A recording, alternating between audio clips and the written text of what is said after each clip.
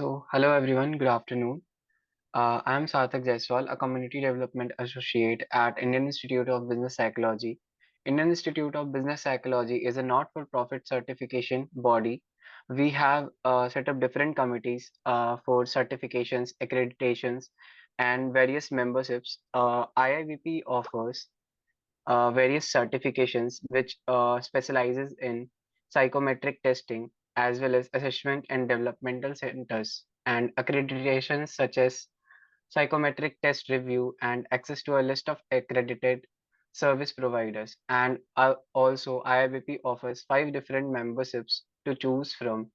So you can go through the website of the IIVP to get an overview about everything. And if you are looking out for a career in business psychology, then you can get accredited or certificates from IIVP. And you can also get the membership of IIVP.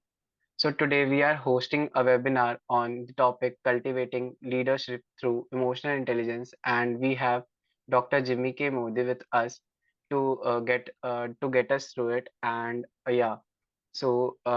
Jimmy Mody is a psychoanalytic therapist, spiritual counselor, author, and public speaker. Uh, he began his career as a psychoanalytic therapist. He trained for about 5 years in psychoanalysis, at which time he also became a trained Reiki and pranic healer. He is also a certified practitioner for clinical hypotherapy, where he was trained in inner child work, ego states therapy, and past life regression therapy. Most recently, he was trained by Tasho International, received their certification in transpersonal regression therapy. He has been practicing as a therapist in Mumbai for more than 20 years now. I am really impressed by his career and I look forward with a fruitful session ahead. Thank you so much, sir. I would like to have you here.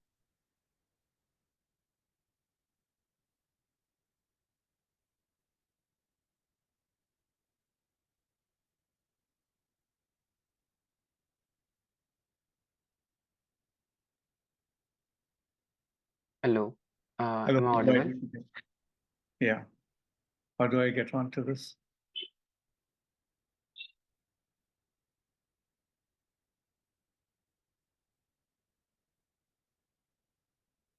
Sarthak, do I just start speaking? Yeah, sir. Yeah, you can speak. Okay. So the issue of cultivating leadership through emotional intelligence is a very critical issue for all of us to learn today. In the good old days, competencies and productivity in organizations and elsewhere were all measured using what we used to love calling the intelligence quotient or the IQ tests, which were first developed by Alfred Binet. But subsequently, people started finding that a person's intelligent quotient, intellectual intelligence, even when they were highly intellectually intelligent, they were not necessarily competent or productive as people who were less intellectually intelligent. So that brought people back into the research boards again. What was it? A Harvard professor, I don't remember his name now, found out that there were 11 or 12 different types of intelligence. One was even an intelligence of a physical sports type, which made you a good sportsman. Then there was muscular intelligence. And after all of that, of course, emotional intelligence had to be forthcoming. And research found that people with emotional intelligence scored higher on competency and productivity in the organization than people with intellectual intelligence. So this overthrew the apple cart at the time and got people back to the drawbars to thinking about things again. Why is this so? Yet at the same time, in my own observation and working with people,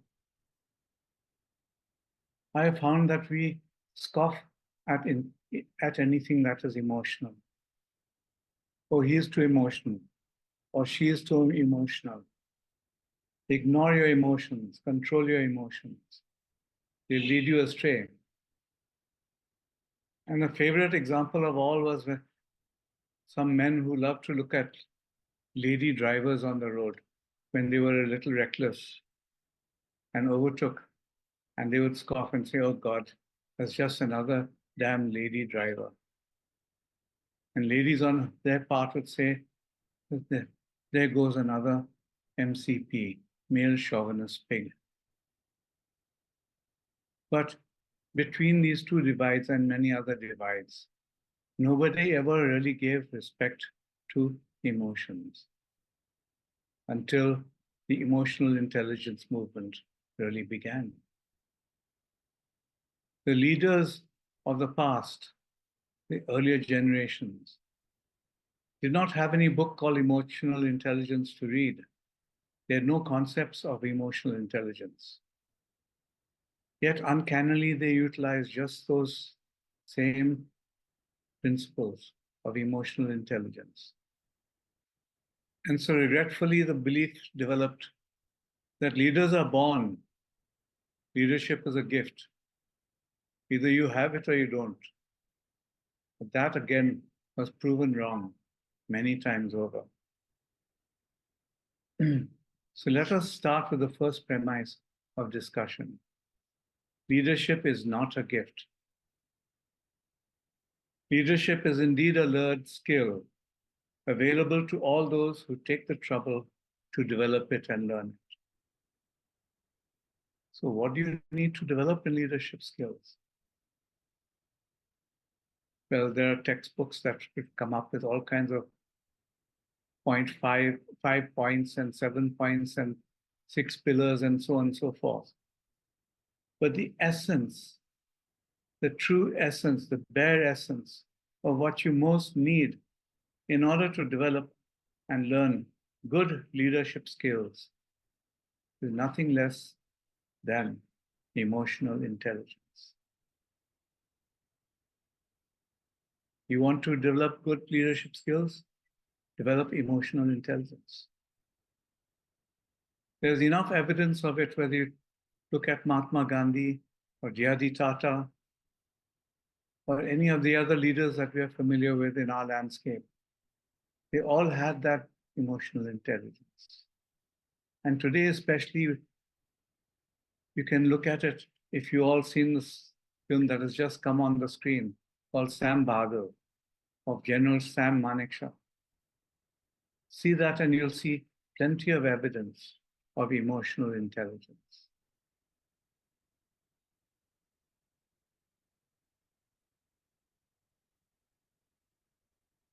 So why is good leadership or emotional intelligence so important to business entrepreneurs?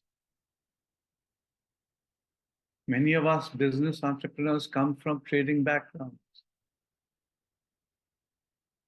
The only thing we understand about business is trading. We buy raw materials, manufacture, and sell. What is the need for leadership or emotional intelligence? And your business can become quite successful with this very limited model.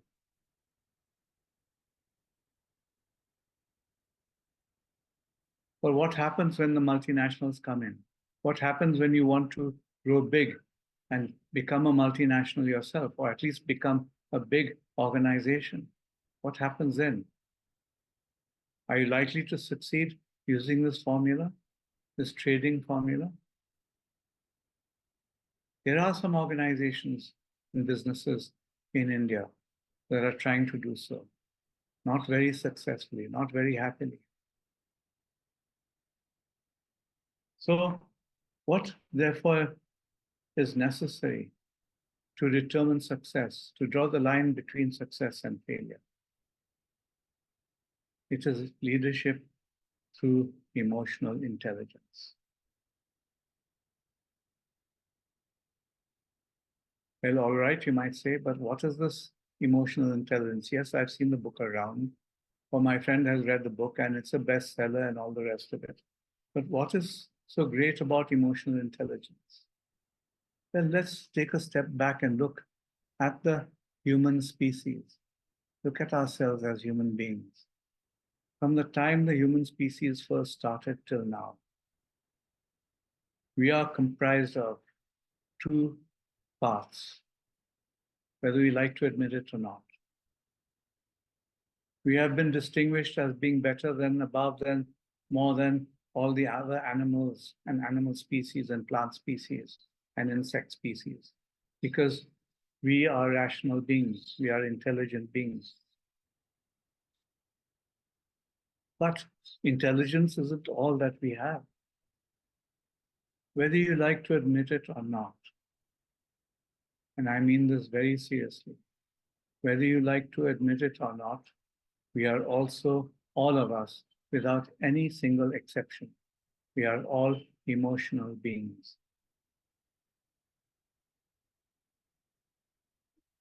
Not only that, most of us are emotional beings who have never learned how to manage our emotions, let alone become aware of them.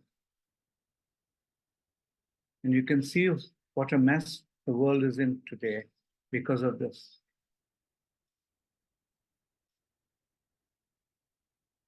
So we now need to take a step forward in terms of understanding the importance of emotions in our lives, whether at home or at work or in public office or on the streets or at your club or with friends.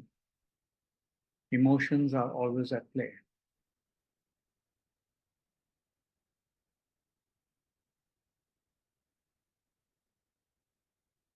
So first, let's look at trying to define what leadership is and what it does. So I have selected certain definitions of leadership that are important, particularly to the subject of our discussion here today. I would like to start with a statement that I have often made and I do sincerely believe in. A good leader believes that the most important resource of his organization are its people. She helps them then to discover their true potential. This is a very loaded message. What are the resources that you have when you start a business enterprise or you run a business enterprise? Capital, machinery, land, market development, and people, and technology. Would any of these resources work if people was not there? No. So the entire organization depends on this one resource, which is people. And it is the one resource that we tend in management to give the least priority to, which is very strange and very sad.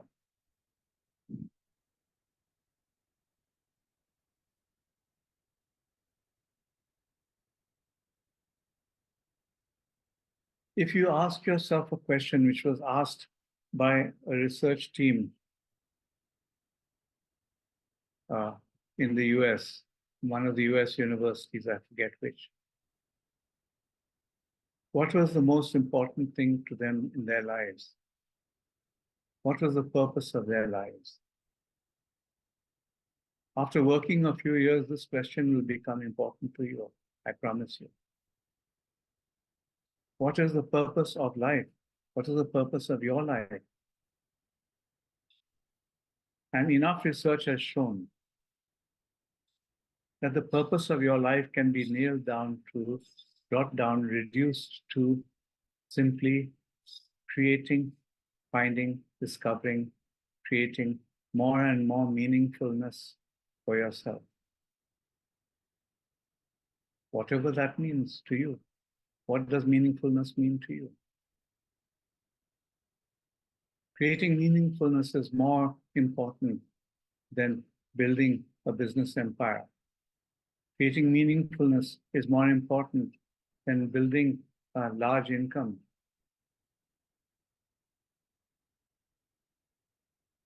Or any of these things. Yet, since this is now well known, how many of us have truly spent even 5 minutes of our day ever? Just sit thinking, eyes open or closed, whichever you choose. What is meaningful to me?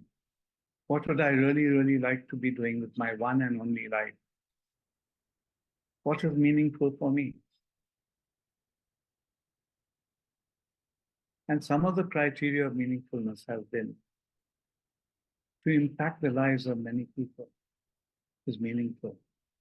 To help people to develop and learn is meaningful. To help people grow is meaningful. To grow by helping people grow is meaningful. And so on. So, have you ever thought of what your true potential as a human being is? Have you ever tried to define your true potential of living? I know a few people in a class that I was holding closed their eyes and tried to imagine what their true potential was. They couldn't imagine it. Everything that they thought of was not enough. There's always more to do, more to achieve, more to become. It appeared to be infinite. So let's keep this in mind as we go through the next few paragraphs. Try to think of what your true potential as a human being is. I'd like to read out a definition by a lady who was a well-known brand manager and consultant in the US by the name of Lisa Cash Hansen. Leadership is the ability to guide others without force, to guide others without force into a direction or decision that leaves them still feeling empowered and accomplished. The ability to guide others without any force into a direction or decision that leaves them still feeling empowered and accomplished. But sadly, most leaders or CEOs of companies or COOs of companies know of only one way of doing things. And maybe they learned this from their parents. And that is through the use of fear or bribery. If you do this for me, I'll give you a lollipop. If you don't do this, I won't let you go down and play. So everyone ends up fearing their CEO or COO or their boss in that organization. It's no wonder, it's no small wonder then that such an organization will breed its own crop of internal politicking and policy and politics, which everyone loves to engage in, but yet everyone hates. Very strange we human beings are. So then Miss Hanson went on to say, the task of the leader is to get his or her people from where they are to where they have never been. That rhymes with discovering your true potential. The task of the leader is to get his or her people from where they are to where they have never been.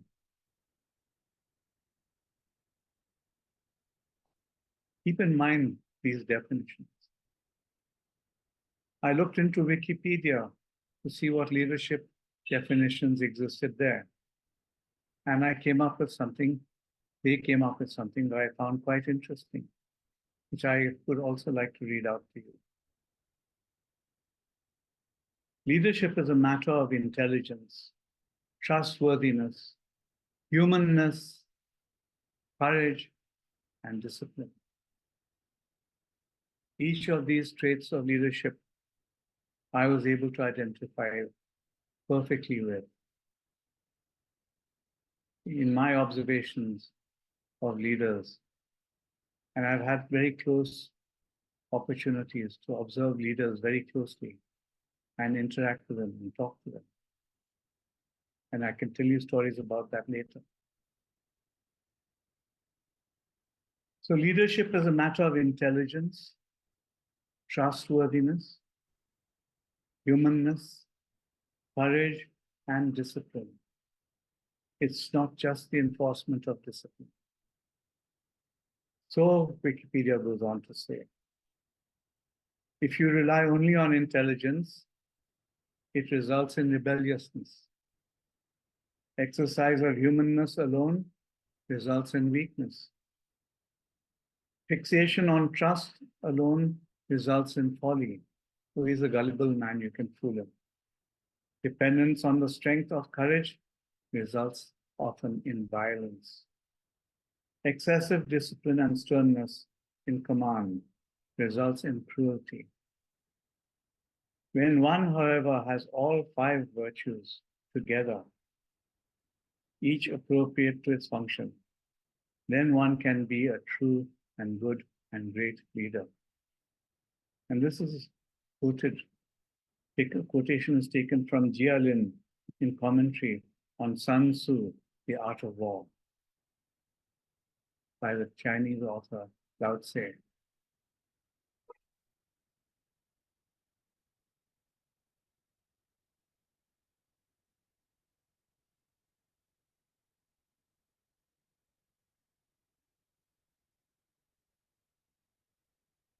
So, what is emotional intelligence? And why is it so important? Taking a quote from a website I saw, which I liked. Website's name is Mental Health America. Emotional intelligence is the ability to manage both your own emotions and understand the emotions of people around you. The ability to manage both your own emotions and to understand and manage the emotions of people around you. Something we never think of doing, not even in our families. We have become reactive people. We respond with emotion. We are not proactive people. We are reactive people. There's this great story of Gautama Buddha in his early journeys of discovering nirvana or enlightenment. And he came upon a group of monks in a garden called Isipitana, which was near Varanasi.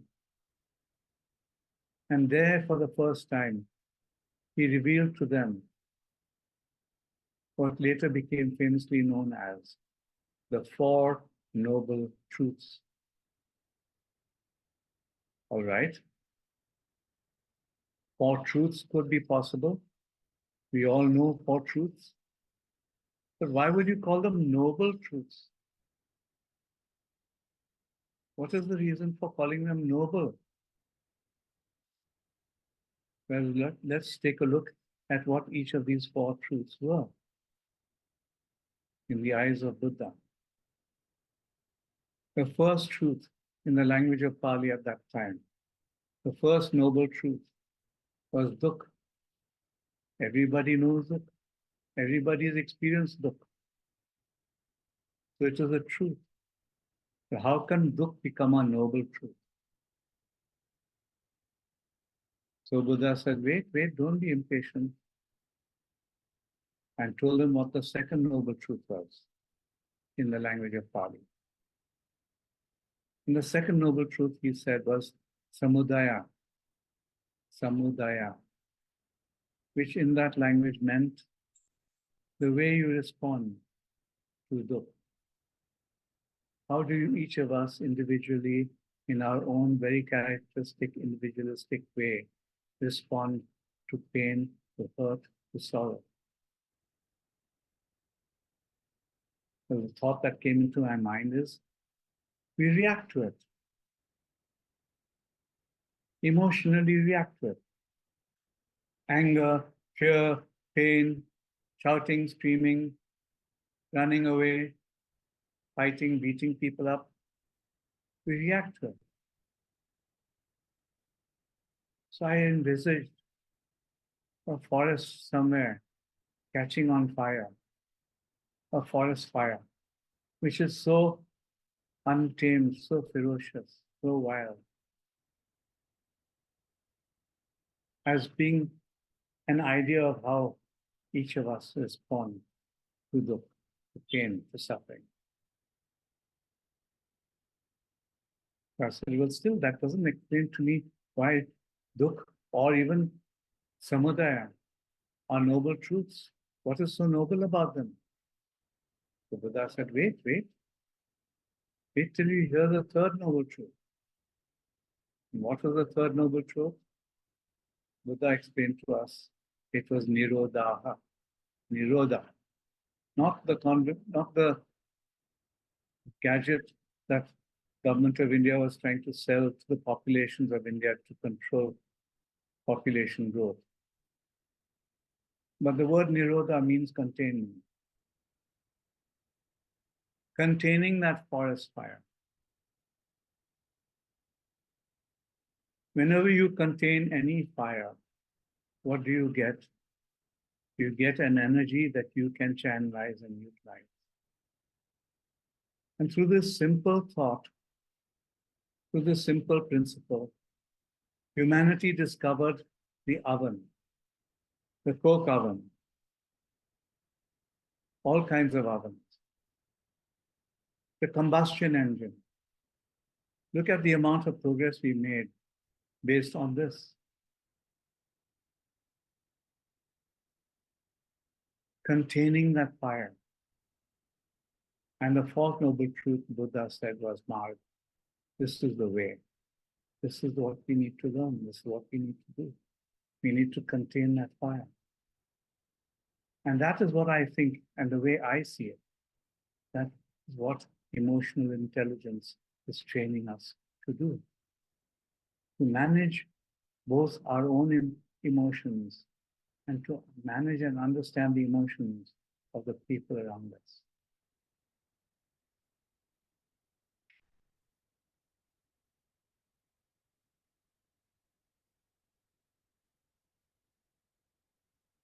So if there are any questions you'd like to need to stop at this juncture and ask any questions, please do.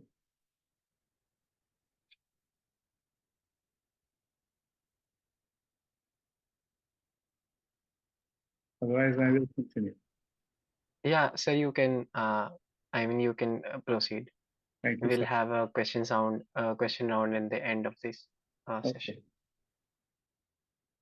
Course, many of us may have heard of this famous American magazine called Psychology Today. You get it in some local newsellers in Bombay. So, in one of the editions of Psychology Today, emotional intelligence was described. And to quote from that, emotional intelligence is generally said to include a few skills. The first, foremost, most important of these skills was emotional awareness. Something our ancient Hindu scriptures, Yoga Sutras, have been trying through the roof to tell us to do. Developing self-awareness. The great guru of self-awareness, according to me, was our own famous Jiddu Krishnamurti. It is worth reading some of his books.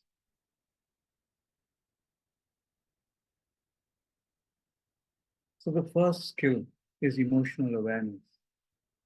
Being able to see your emotions, as they are happening, or the ability to identify and even name one's emotions. You need to be able to not just see the emotions, you have to be able to name them. I am angry. I'm frightened. I'm jealous. I may be envious. So the ability to harness those emotions is also required, is also an ability that is required to be able to harness, to use those emotions and apply them to tasks like thinking and problem solving. How do we do that? And the ability to manage emotion. But you can only do that if you manage your emotion, which includes both regulating one's emotions when necessary and helping others to do the same. Have you ever sat in front of an exam paper, open the paper, and the first question, you have no idea what it is? The mind goes completely blank. Mind goes blank because now you are in utter despair and fear. How do you control this fear? You need to control it because the rest of your paper needs to be done more intelligently. But I can't control that fear. So I completely make a balls up of my whole exam paper. All because this one question floored me and put me in a state of fear. So managing our emotions is very important to enhance our competitiveness, competence, and productivity.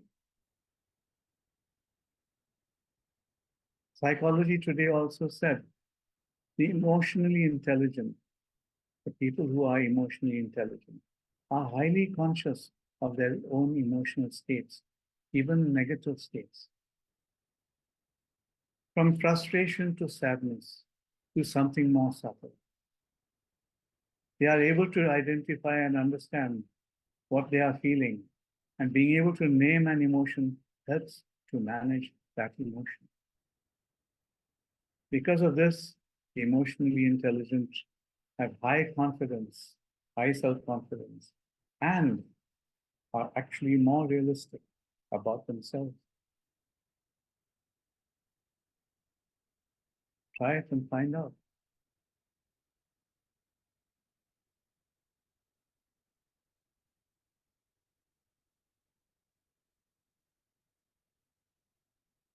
There's a certain character trait, personality trait called being empathetic and being compassionate.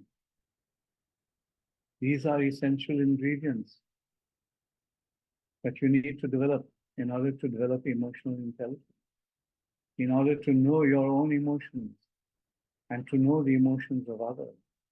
After all, what is an organization?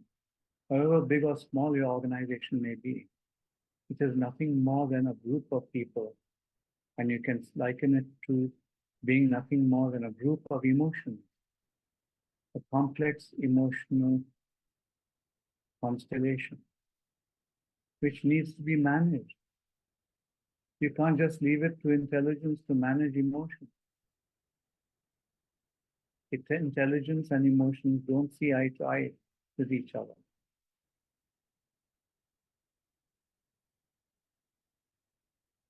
So working with emotional intelligence is a good book to read, the Daniel Goleman's second book. And I'd like to quote from there. The artful leader is attuned to the subtle undercurrents of emotion that pervade a group and can read the impact of his or her own actions on those undercurrents. One way leaders establish their credibility is by sensing these collective unspoken feelings and articulating them for the group. Why do they need to articulate them for the group? Because the group normally would never like to articulate their feelings. And articulating them for the group or acting in a way that tacitly shows they are understood, to make people feel that they are understood is akin to making people believe that they are loved. It's a very, very powerful force. Think of it in your own terms. Do you feel understood today? Is there any areas of your life where you feel you would like to be understood by someone else? Yet, can you talk to anyone else about it? No, because you're afraid of criticism. We're afraid of feedback. We're afraid of the blame game. We're afraid of this, that, and the other. We dare not. We bottle it up inside us. So, in this sense, the leader is a mirror reflecting back to his group its own experience. You reflect back to the other person or to the group the way you have understood that person or that group, the way you have experienced that person or that group.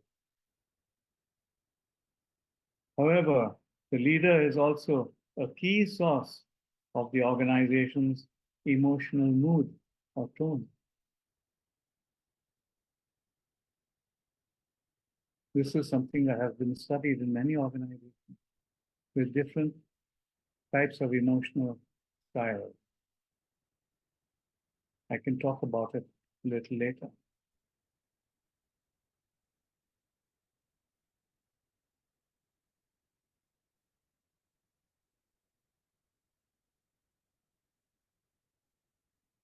Or maybe I can give an example right now. So I have had the great fortune of my father's younger brother and my father's elder brother having proven themselves in the field of leadership in India, at least. And I was able to look at them, marvel at them, see how they worked and operated, and even discuss it with them. Let me tell you about my father's younger brother. His name was Mody. He was a member of parliament. He is the founder of opposition party, one of the founders, Swatantra, and then later of the Janata Party. He was one of the leaders who was thrown in jail by the Indira Gandhi regime. But the funny thing about Piru and I got to know this because I would travel with him in his jeep along with all his workers, political workers, going from village to village, campaigning his electioneering efforts. And I found it very strange and surprising and wondered if he ever would win an election. Because what Piru did was he would drive into a village. The village square was set up for us with chairs for people to sit. Many people sat on the floor. Piru insisted to have a chair for himself because he was so big and fat he couldn't sit on the floor.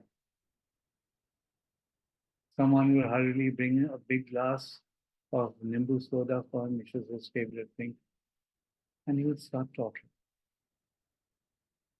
In the entire talk that Piru gave, never once did he talk on politics, on political parties, on his own party.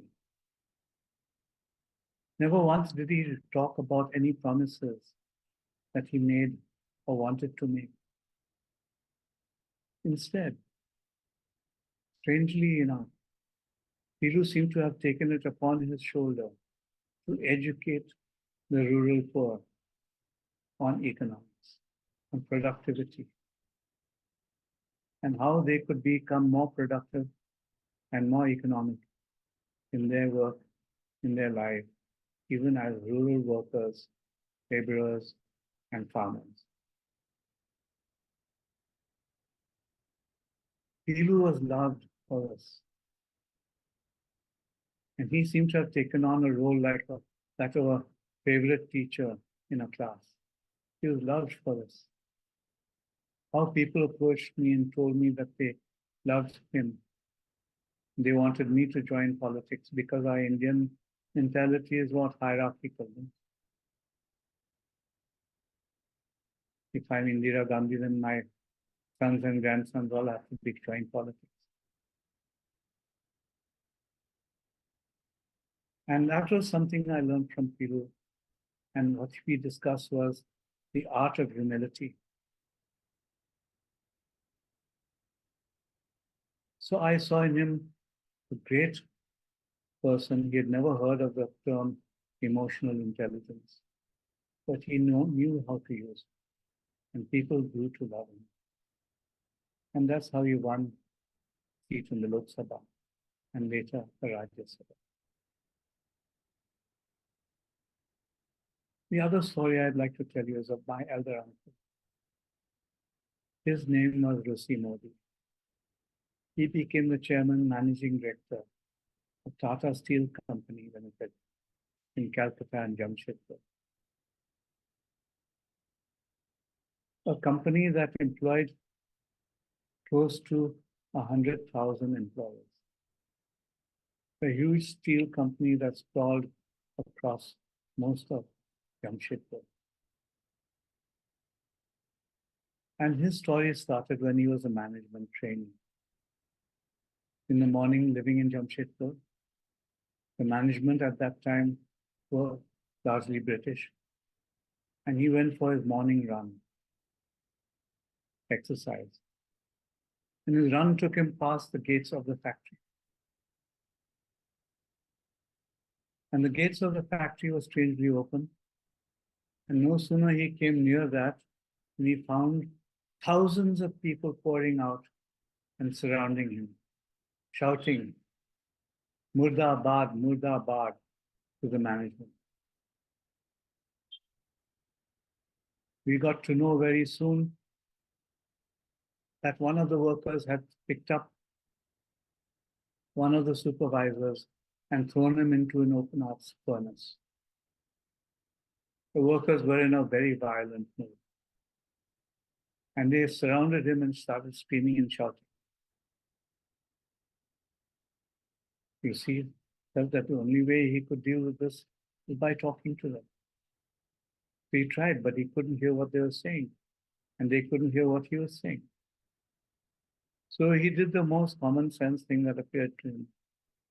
He asked some of them, can we just sit down here on the road and talk it out? So those thousands of workers surrounding him all sat down on the road.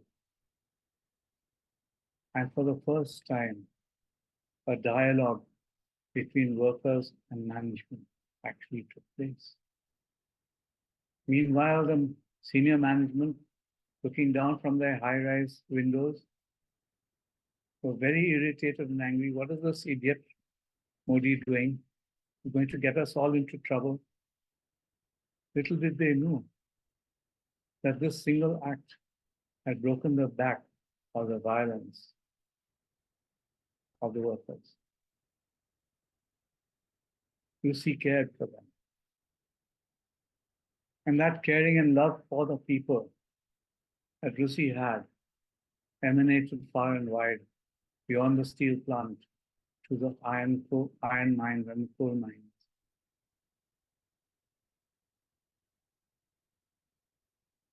Whenever they heard Lucy was coming to town, they would have a major celebration and garland him and shout his name.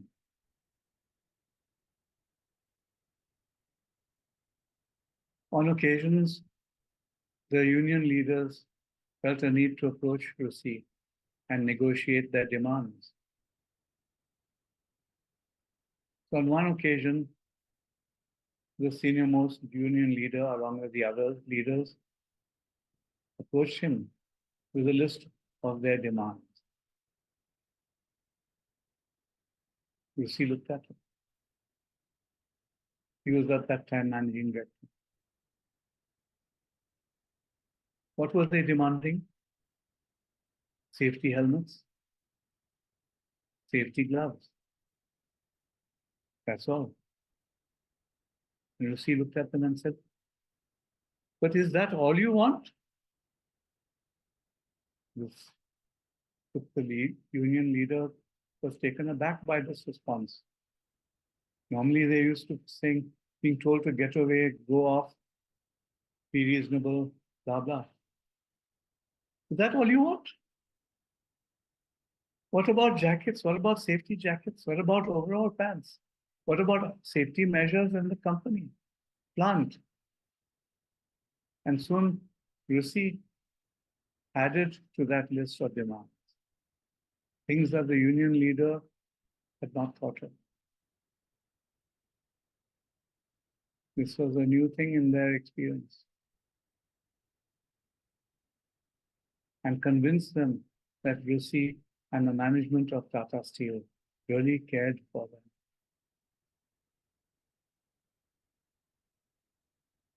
This was proven when our famous union leader, George Fernandez from Bombay, famous George Fernandez, thought he would take over the union of Tata Steel in Jamshedpur.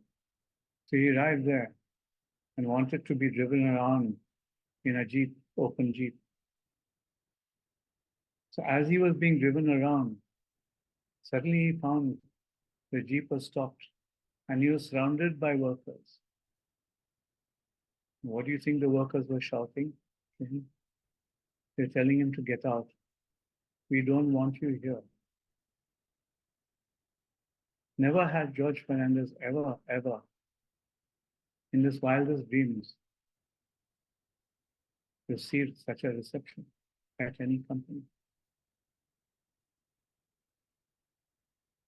So you see, we need to understand the power of emotions.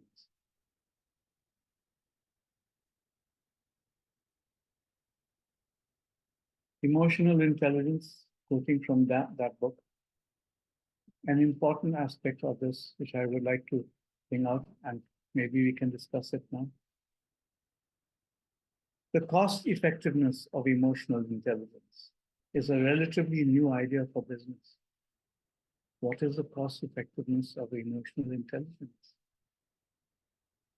One that some managers may find hard to accept. Oh, it's too expensive. Who's going to run after spending money capturing the emotions of your workers? A study of 250 executives found that most felt their work demanded their heads, but not their hearts. Most of the executives that were surveyed found that their work demanded their heads, but not their hearts. Many said they feared that, and this is executives, so we're talking about management. Many said they feared that feeling empathy or compassion for those they worked with would put them in conflict with their organizational goals. One felt that sensing feelings of those that worked for him was absurd. It would, he said, be impossible to deal with people if you kept sensing people's feelings all the time. Others protested that if they were not emotionally aloof, they would be unable to make hard decisions that every business requires. Although the likelihood is that they might deliver those decisions more humanely. This is on page 149 of the book Emotional Intelligence. So you've all heard me saying this. What is your point of view? Each of you have a point of view. Is emotional intelligence too expensive? What does this discussion really wish to raise? Let's have a discussion. Let's open the forum for everybody to discuss. Developing Okay. emotional intelligence in your organization as a leader. Some leaders think that it's too costly. It's not worth it. Other leaders feel that it is not. It is worth it. What do each of you feel? No, sir. Can I come in? Please, Naresh. Yes, sir. No, it is not at all costly because, well, I've been running my organization for last 45 years. Wow. And We are into manufacturing of shoes, and I remember the day I started in 1975. So it's more than. So the worker that I had that time, I still have them with me. The only Great. difference is when they were making 5 rupees a day, now they're making 200,000 rupees a month. Wow. And they got them married to a girl in our factory. Then two boys and two girls all did their BMS in Mity College. Both the boys work with me along with their father. Both the daughters are married. So, I mean, that journey, just one case, that empathy, that love, uh, that sends a message to the rest of hundreds of workers in the factory that there is a meaningful difference in our life. And as you rightly said, sir, purpose of life. This question I ask myself every quarterly, every month. And it was a big subject. I did my MBA at the age of 68 now from IIT Bombay. And there was a huge topic on purpose of life, which we forget. So I think I fully agree with you, and I'm so happy I joined this. In fact, would like to do my self certification on emotional intelligence as a part of leadership. So it's very important. So it cannot be quantified. As I said, this journey of one man from 1975 to 2023, it has radiated and it has brought in me so much, the love and the support of my workers. And I started at 200 square feet factory. It's now very big, based in Mumbai. So it's all thanks to this daily examples that you radiate and the emotions that you understand of the people who work with you. So it's usually the nature or their prayers, they bring you back a lot of wealth and which cannot be quantified. So it cannot be measured, it cannot be quantified, but nature takes account of this and gives you back. Thank you, Naresh. Would anyone else like to contribute here? Can Yes. I say? I've been listening what you are saying, and this thing which Mr. Bhasin also said, uh, purpose of life and doing something which is meaningful. It mind always, and whenever this someone says it, draws my attention immediately. However, I will not say that every moment and every aspect of life where I would say yes, it was really really meaningful. But we also have many types of needs. For example, uh, I was job holder till last 2 months before. Now I'm doing some freelancing. But if I look at people, especially who are working professionals, most of the time, if we ask the what is the purpose of life, many people are just stuck at survival level or doing something just to feed family. And I'm saying just it's not because it can be very important for many people and it is still there. But still, if we ask next step question, what is meaningful?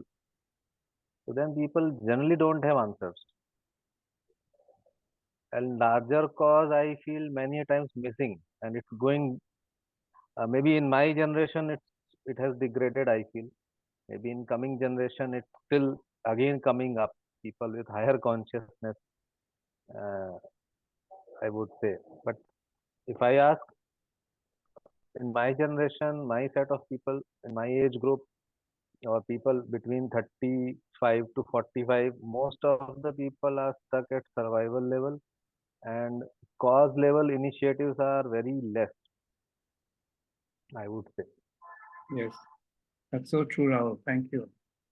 And not only from survival level, but the next level that many people go to is what I call the greed level. Yes, yes, absolutely. I feel pain because of this, because there is saying, many times you make your greed as your need. Yes. So that, and then whole kiosk of competition, fighting, gaining more by at the cost of others in organizations. Because I work with organizations into OD, organization development and HR. So it's really sometimes when it's very becomes very painful to see how these breeds have taken higher pedestal. Yes. Yes, Carl. Thank you. Mm. Would anyone else like to contribute here?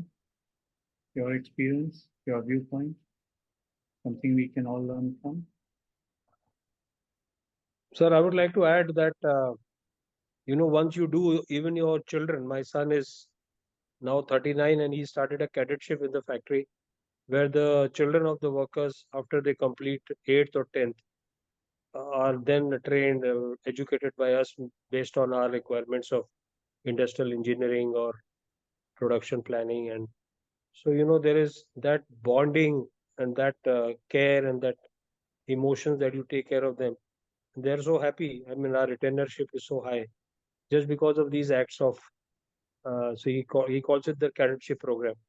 So don't worry. After 8th or 10th, you can give your children to us. We'll educate them. We'll bring them into our workforce. That also ensures our workforce in future. So these are. I'm just sharing. I'm not sorry. I'm not. Don't take it as boasting, but No, just I sharing. don't. I thank you for that. This Yeah, is important just sharing. sharing. Activity is very important, and again cannot quantify the richness of the relationship that we share with our workers. Yes, thank you. Anyone else? What do you think about the cost effectiveness of emotional intelligence? Is it costly? Is there a fear that if you are sensitive towards people, they'll take advantage of you? Yeah, Ishwar, Hi, good evening. good evening. Thank you so much for giving the opportunity. Uh, what I feel is, especially working in an environment and under a leadership position, it becomes at times challenging to convince the management uh, to drive the concept of emotional intelligence, especially when they look at from a commercial perspective in terms of cost benefit or what is the long-term benefits the organization would gain. That is one thing which requires a uh, uh, lot of education to primarily tell them what would be a long-term benefit that they would uh, gain out of driving emotional intelligence.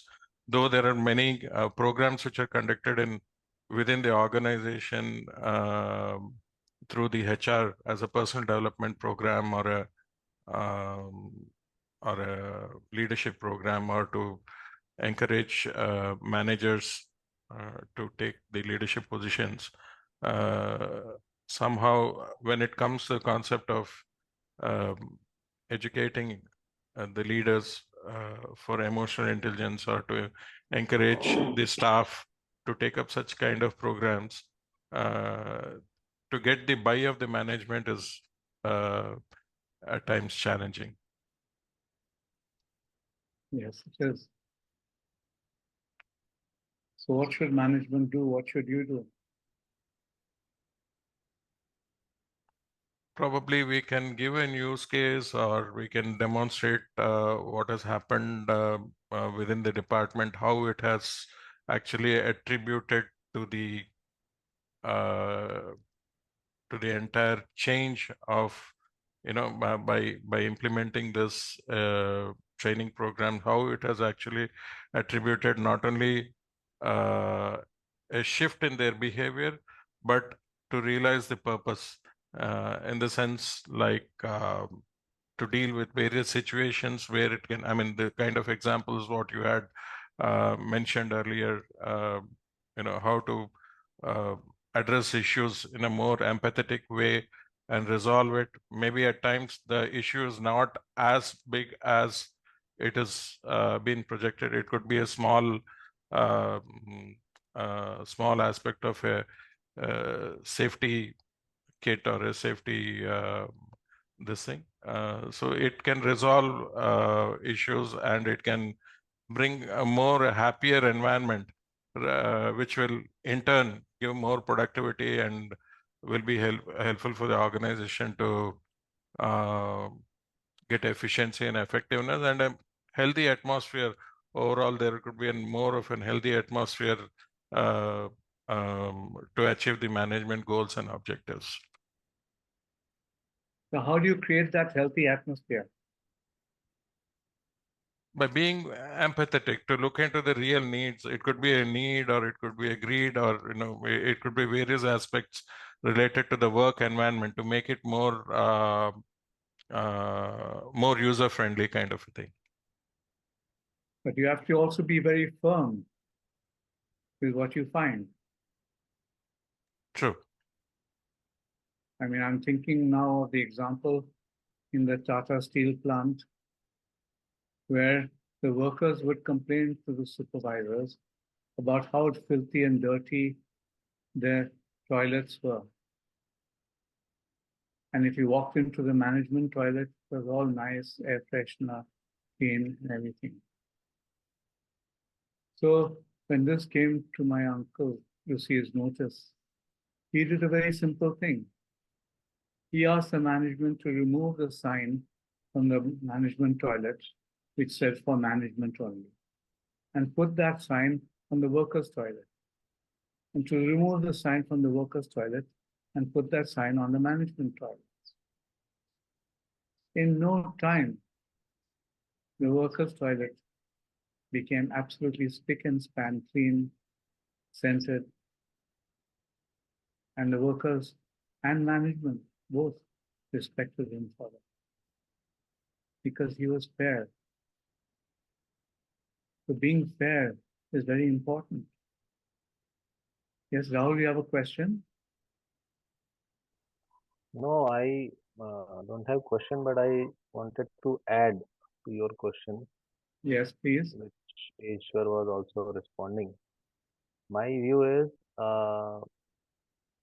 it's not a it's, working on EQ is not a costly affair because it can only be seen by the fact that if we are not working through EQ, then what are the various costs which are incurring in the organization? Be in the name of employee engagement, be in the name of attrition, be in the name of productivity. And so there are two angles. One is outer frame, that is work which we do by our hands and body. And there is inner thing which is called motivation, and people talk about that. It all boils down to engaging with higher emotional quotient and Yes, heartburn. So a lot of wastage which happens in the organization actually because of lack of IQ level of the organization workplace itself. It includes everyone in the organization. And if we measure that cost, then working through EQ will be very, very cost effective, much, much cost effective than that. Even, nowadays, for example, employee places a lot of reviews on the various websites, in external world. People talk about employee being advocate of the organization. Yeah.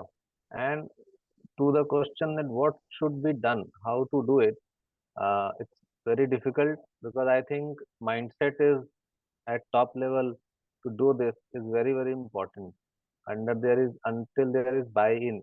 I agree with Ishwar that there has to be certain use cases with HR people or OD people or anyone who is passionate about this cause should create. And leaders or top decision makers should take risk that let's try this way for another 1 and 2 years and not just make it as a small project or training program and then say that see nothing is happening. hmm. We need to come out of it and we should be ready to invest time and take risk that let's do it for a 2 year and see what happens. Then there can be some debate why it is better.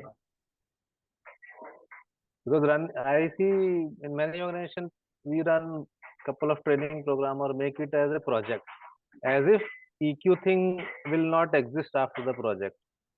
It's an ongoing process, Yes. and the role of the project should be to initiate and ignite that thing. Yes, it is required, it is helping, and then continue it with various methods for at least couple of years. Great. Then we will see the result. Thank you, Rahul. That's valuable. Thank you. Any questions from anyone else? Any certification on this course of emotional intelligence as a part of leadership? You'll have to ask the IIBP people. Okay. We'll definitely let you know about this soon. We'll reach out to your email ID. Kindly Thank you. drop your email ID in the chat box. Yeah. Thank you, Sata. Anyone else like to ask any questions, share anything with us?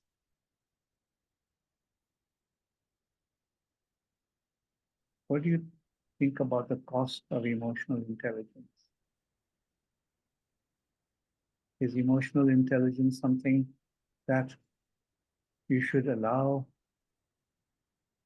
or you will be taken advantage by your subordinates and workers? It will erode into the discipline of your organization. These are many thoughts that go against emotional intelligence. I have, sir, one more thing to add quickly. I am Yes. taking time, but the yes, that is true. Many people think that hard things will be compromised if we work on EQ. But in my understanding, hard things, hard deliverables become more effective if you use EQ. It's other way around. Okay, great.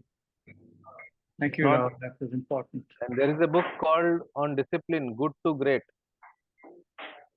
Okay, great. So it talks a lot. Thank you, And Rahul. we have run a project in our company where I was in charge regarding discipline. Where management discretion was to have reports, in-out reports, attendance reports, hard line initiatives. But then made a program. Unfortunately, we couldn't roll out fully. It was actually starting with the education and developing discipline as an individual, and then talk about discipline in external world in the organization. That's it. Thank you, Rahul. There's one last point I wish to make over here, which is important for us to learn and imbibe and keep in mind to use in any and every relationship in our lives. Whether it is with your workers, with your wife, your husband, your children, your grandparents, your parents, whoever. And most psychologists will support this. We must, I cannot emphasize more that we must all learn to set clear but firm boundaries between senior management and workers, such that employees are not stifled, but also learn to respect management. So the boundaries you set is like a leash. What boundary will you set if you're taking a dog for a walk? Hold him close to you or let him go far. And if you leave the boundary a little loose, a little outwards, the workers will get a chance to experience themselves, to experience their lives, the meaningfulness of their lives, to learn, rather than just march in your footsteps. So learning to set firm boundaries is an important way by which you can do this without taking the cost too high. Yes? So my last question, which I want to leave you with, think seriously about. How would you now like to define your own true potential as a business entrepreneur? We're not going to discuss this here. The time is over, I think. I've spent more time than I'm supposed to spend. And thank you very much for that. But think about this question. How would you like to define your own potential as a business entrepreneur? Okay? So I hand it over to you now, Sarthak. Thank you, sir, for being a great. You radiate emotional intelligence and IQ and EQ. You're a great combination, sir. I'm always a student. As I said, I'm a senior citizen like you, but still so hungry to listen and learn. You've been wonderful, sir. It's Thank you, Naresh. a blessing. It's a blessing Thank you. from the heart. Thank you. All right. So guys, do anyone of you have any questions?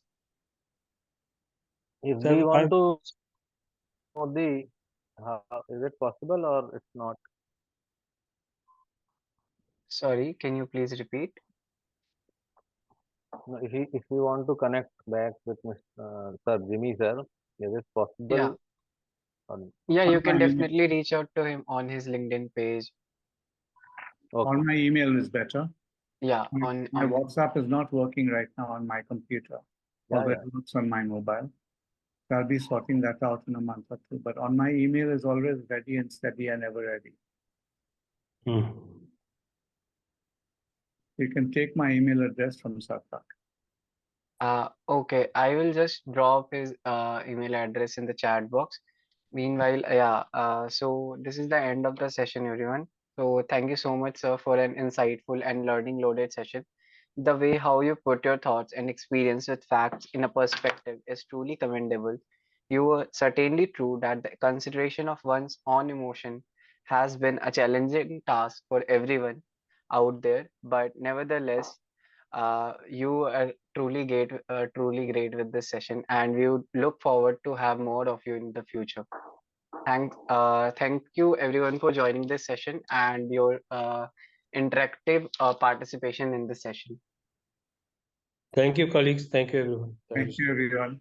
Yeah, I'll just drop his email address in the chat box. You can wait and note it down. Okay. Thank you, Sarthak. Thank you, Thank Jimmy you. Ji. Thank you so much. It was Thank indeed you. a great opportunity to hear you. Thank you. I wish you all success in your ventures. Thank you, sir. Thank you. Thank you. Thank you, everyone.